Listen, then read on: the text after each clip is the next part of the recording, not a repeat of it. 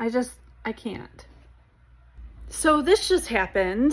I'm buying a book for a baby shower, and I like to buy advanced books that they're going to keep like their entire life rather than just buy the baby books that are going to be given away in a couple years, and then inscribe it with a really nice note, so that it's an inspirational thing they can have forever. So anyway, I called a local bookstore and I asked if they had 20,000 Leagues Under the Sea because the nursery is nautical themed and I thought that would fit in really nicely. And this girl answers the phone, and I say girl because she sounded like young. She sounded like a teenager, maybe in her early 20s, something like that.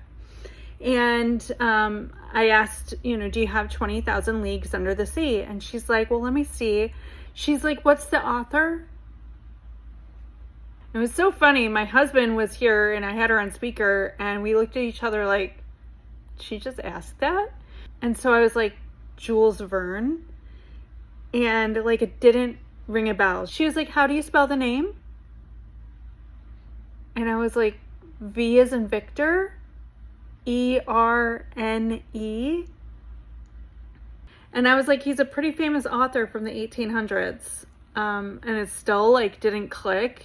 She like pulled it up on the computer and she was like, Around the World in 80 Days. It like still didn't click to her. She was like, we don't have that one. So I was like, okay, thank you. And I was like, did that just happen? I hung up from her and I was like, I looked at my husband and I was like, did that just happen?